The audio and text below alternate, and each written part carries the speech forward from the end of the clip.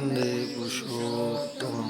आज हम परम प्रेममय श्री श्री ठाकुर अनुकूल चंद्र जी के एक दिव्य लीला कहानी जो जीवन ज्योति किताब से लिया गया है, शीर्षक है व्यथाहारी।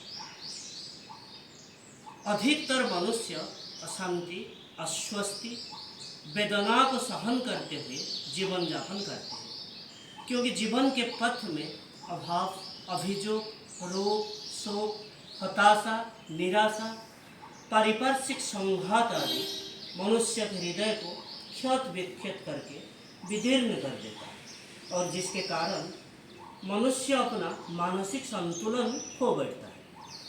शांति के लिए एक ऐसे मनुष्य की जरूरत पड़ती है जो इस आघात को ब्लोटिंग पेपर की तरह मुहूर्त में ऑब्जर्व करे। शास्त्र में भी ऐसे लोगों को ही व्यथाहारी कहा गया है। श्री ठाकुर के भक्तों के अंतर में ऐसे ही व्यथाहारी का रूप सुप्रतिष्ठित है। लाखों मनुष्य इसका प्रमाण है कि कैसे श्री श्री ठाकुर पलक झपकते ही लाखों को अंतर की व्यथा का हरण कर लेते। एक बार भक्तों के आग्रह पर श्री ठाकुर कुष्टिया, जो अधुना बांग्लादेश में है, कुष्टिया के निकट जुगिया गांव में गोपेंद्र नाथ साहा के घर गए थे। गांव में वो खोका डॉक्टर के नाम से मशहूर थे। श्री ठाकुर के साथ किशोरी मोहन, गोसाईला आदि और बहुत भक्तगण और सहयोगीगण भी थे।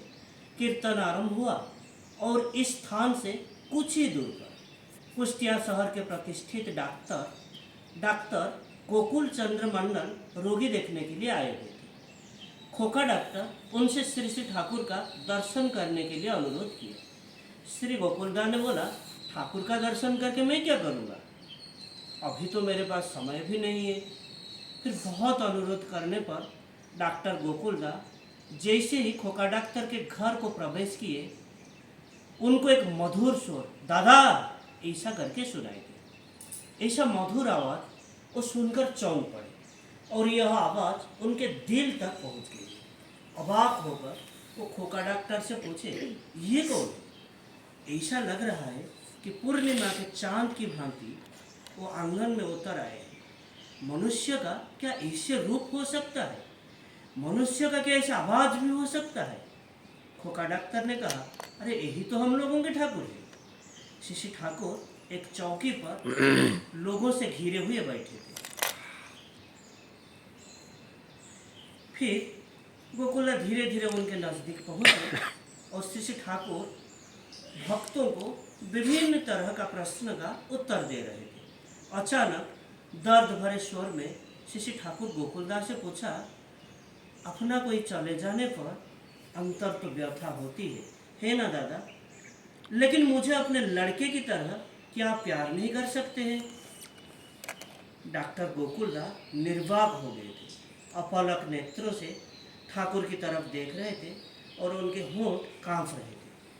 दोनों आंखों से अश्रु की बारी धारा बहने लगी और आवेग रुद्ध स्वर में रोते हुए बोले, ठाकुर आपको कैसे पता चला कि मेरा प्रिय पुत्र मुझे छोड़कर इस दुनिया से चला गया है?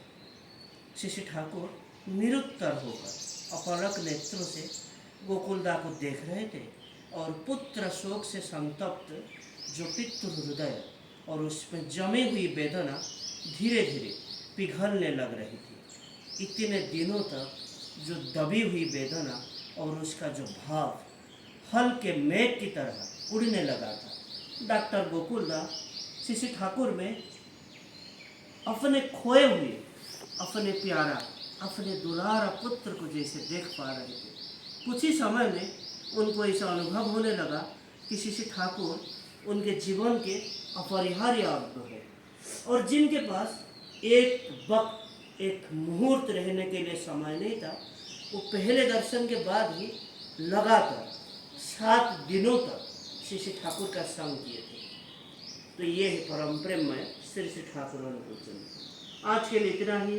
वंदे पुरुषोत्तम। वंदे पुरुषोत्तम।